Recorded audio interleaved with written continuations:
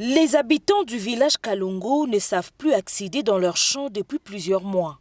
Leurs activités champêtres sont abandonnées suite aux différentes barrières érigées par l'entreprise Kalongo Mining, exploitant dans cette partie du Lualaba. Leur plainte a été déposée à l'Assemblée provinciale du Lualaba. C'est ce qui a occasionné la descente de l'honorable Jean-Marie Kassia pour voir de près cette situation.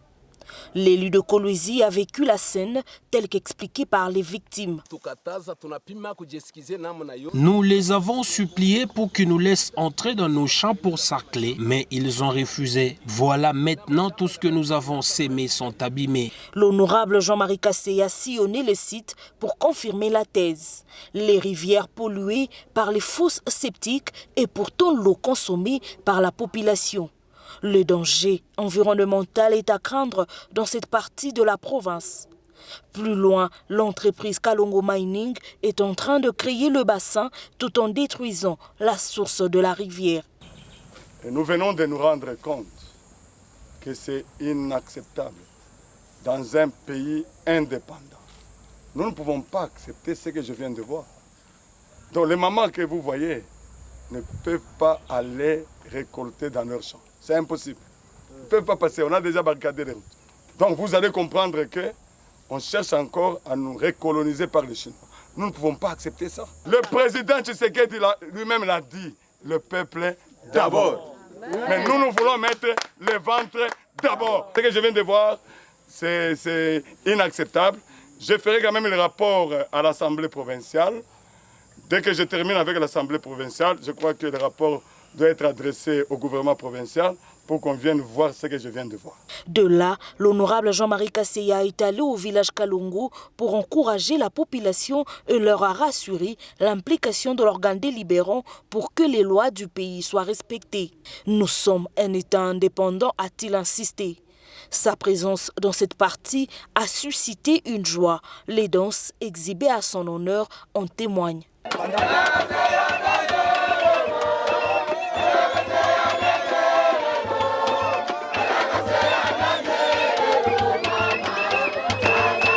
Profitant de la présence de l'honorable Jean-Marie Kassia dans leur milieu de travail, les travailleurs de la 15e CC, une sous-traitance œuvrant à Kalongo Mining, ont exposé leurs desiderata. Ils fustigent les mauvaises conditions dans lesquelles ils travaillent, le mauvais traitement inhumain dont ils sont victimes.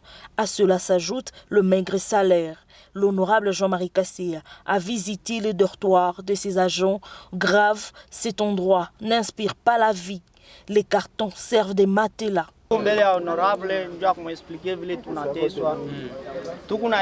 Nous sommes devant l'honorable pour l'expliquer comment nous souffrons. Nous ne mangeons pas bien. Nous manquons des tenues adéquates. Nous sommes confinés depuis. Nous n'avons pas de salaire respectueux. Le salaire de base, c'est 7 000 francs congolais. Heures supplémentaires, 500 francs congolais par heure. Nous savons que votre présence ici aura des répercussions dans notre travail. Nous serons peut-être révoqués. Ils disent que les autorités du Congo sont dans leur poche. Face à cette situation, l'élu de Kolwezi n'est pas resté silencieux. Il a promis de faire rapport à qui de droit pour que ces lois labés soient respectées.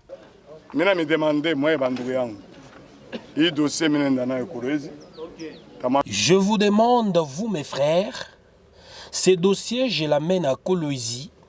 Je parlerai avec le président de l'Assemblée provinciale du Lualaba pour qu'il voit comment trouver une solution à cette situation.